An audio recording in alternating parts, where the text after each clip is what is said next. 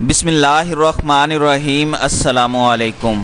Supreme court میں احتساب عدالت کے جج ارشد ملک کی مبینہ ویڈیو کے معاملے کی انکوائری کے لیے دائر درخواست 16 جولائی کو سماعت کے لیے مقرر کر دی گئی ہے۔ چیف جسٹس آصف سعید خان کھوسہ کی سربراہی میں سپریم کورٹ کا 3 رکنی بینچ 16 جولائی کو سماعت کرے گا۔ خیال رہے کہ ایک شہری اشتیاق احمد مرزا کی جانب سے گزشتہ روز چودھری منیر صادق ایڈوکیٹ کے توسط سے سپریم کورٹ میں اسلام آباد کی احتساب عدالت کے جج ارشد ملک کی مبینہ ویڈیو کے معاملے کی انکوائری کے لیے آئینی درخواست دائر کی گئی تھی۔ سپریم کورٹ میں دائر آئینی درخواست میں وفاقی حکومت، پاکستان مسلم لیگ نون کے صدر اور قومی اسمبلی میں قائد حزب اختلاف شہباز شریف، سابق وزیر اعظم نواز شریف کی صاحبزادی مریم نواز، سابق وزیر اعظم شاہد خاقان عباسی اور مسلم لیگ نون کے چیئرمین راجہ ظفر الحق کو فریق بنایا گیا ہے۔ شہری کی جانب سے درخواست میں ویڈیو کے مرکزی کردار ناصر بٹ اور پیمرا کو بھی فریق بنایا گیا ہے۔ درخواست میں موقف اپنایا گیا ہے کہ 6 جولائی کو مریم نواز اور دیگر نے پریس کانفرنس کی، جس میں احتساب عدالت کے جج ارشد ملک کے حوالے سے ویڈیو دکھائی گئی، اور اس سے یہ تاثر ملتا ہے کہ عدلیہ آزادی سے کام نہیں کرتی اور بلیک میل ہوتی ہے۔ انہوں نے کہا ہے کہ ارشد ملک نے جوابی پریس ریلیز میں مریم نواز کے لگائے گئے الزامات کی تردید کی ہے۔ درخواست میں کہا گیا ہے کہ سارے معاملے کی انکوائری سے عدلیہ کے وقار، عزت اور آزادی پر اٹھائے گئے سوالوں کا جواب مل جائے گا۔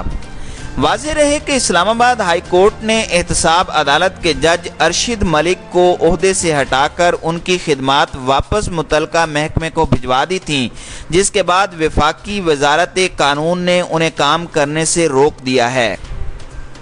اسلام آباد میں وزیر قانون فروغ نسیم نے وزیر اعظم کے معاون خصوصی برائے احتساب شہزاد اکبر کے ہمراہ پریس کانفرنس کرتے ہوئے کہا کہ اسلام آباد ہائی کورٹ کی جانب سے موصول خط میں کہا گیا ہے کہ بیان حلفی اور پریس ریلیز کے تناظر میں جج ارشد ملک کو احتساب عدالت نمبر 2 کے جج کے عہدے سے سبکدوش کر دیا جائے اور اپنے متعلقہ ادارے لاہور ہائی کورٹ کو رپورٹ کریں۔ ڈاکٹر فروغ نسیم کا کہنا تھا کہ اس معاملے کو دیکھا گیا اور فوری طور پر جج ارشد ملک کو مزید کام کرنے سے روک دیا گیا ہے اور انہیں محکمہ قانون کو رپورٹ کرنے کی ہدایت کی گئی ہے۔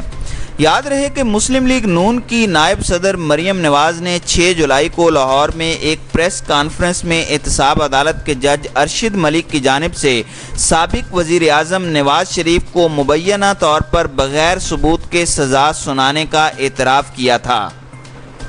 مریم نواز کا کہنا تھا کہ میڈیا پر نواز شریف پر کرپشن اور منی لانڈرنگ کے شرمناک الزامات لگے، لیکن یہ الزامات عدالت میں ثابت نہیں ہوئے، مگر پھر بھی انہیں سزا دی گئی۔ انہوں نے کہا تھا کہ جب ان کی 3 نسلوں کے احتساب کے بعد بھی ان کے خلاف کوئی ثبوت نہیں ملا تو مفروضوں کی بنیاد پر فیصلے سنا دیے گئے۔ جج ارشد ملک کا کہنا ہے کہ انہیں کسی سیاہ سفید کو دیکھے بغیر فیصلہ انہوں نے کیا ہے۔ انہوں نے کہا کہ مجھے رشوت دینے اور دھمکیاں دینے کی کوشش کی گئی، اور اگر اس بیان کو دیکھیں تو پھر تو جج ارشد ملک نے میرٹ پر فیصلہ کیا ہے۔ بیان حلفی کے بارے میں وزیر قانون نے بتایا کہ اس کے مطابق جج ارشد ملک پر ہر قسم کا دباؤ تھا، لیکن پاکستان اور نیب کے قانون کے تحت کوئی بھی شخص کسی فیصلے پر اثر انداز ہونے کی کوشش کرے تو اس کی سزا الگ ہے۔ وزیر قانون فروغ نسیم کا مزید کہنا تھا کہ یہ کیس اس حکومت نے تو نہیں بنایا اور نہ ہی اس کی تحقیقات اس حکومت نے کی ہیں۔ نواز شریف کے کیس میں اگر اتنا دباؤ تھا تو پھر انہیں دونوں کیسوں میں سزا ہو جاتی، لیکن جج نے انہیں ایک کیس میں بری کر دیا جبکہ ایک میں سزا سنائی۔ فروغ نسیم کا کہنا تھا کہ العزیزیہ سٹیل ملز کے فیصلے کے خلاف اپیل کو اسلام آباد ہائی کورٹ دیکھ رہا ہے، اور جب تک اس پر کوئی فیصلہ نہیں ہوتا اس وقت تک وزیر قانون، نیب یا کوئی بھی کیس کے بارے میں مزید کارروائی نہیں کر سکتا۔ حقیقت یہ ہے کہ اس کیس کا فیصلہ اسلام آباد ہائی کورٹ نے کرنا ہے۔ اس دوران کوئی سزا بڑھائی یا کم نہیں کی جا سکتی، لہٰذا یہ ایک قانونی معاملہ ہے اور اسے اسی تناظر میں دیکھنے کی ضرورت ہے کہ کیا احتساب عدالت کے جج نے فیصلہ کسی دباؤ میں کیا۔ پریس کانفرنس میں فروغ نسیم کا مزید کہنا تھا کہ جج ارشد ملک کے مطابق انہوں نے کوئی دباؤ میں فیصلہ نہیں دیا، لیکن ویڈیوز کو بھی اسی تناظر میں دیکھا جائے گا، تاہم کسی کو عدالتوں پر دباؤ کی اجازت نہیں دی جائے گی۔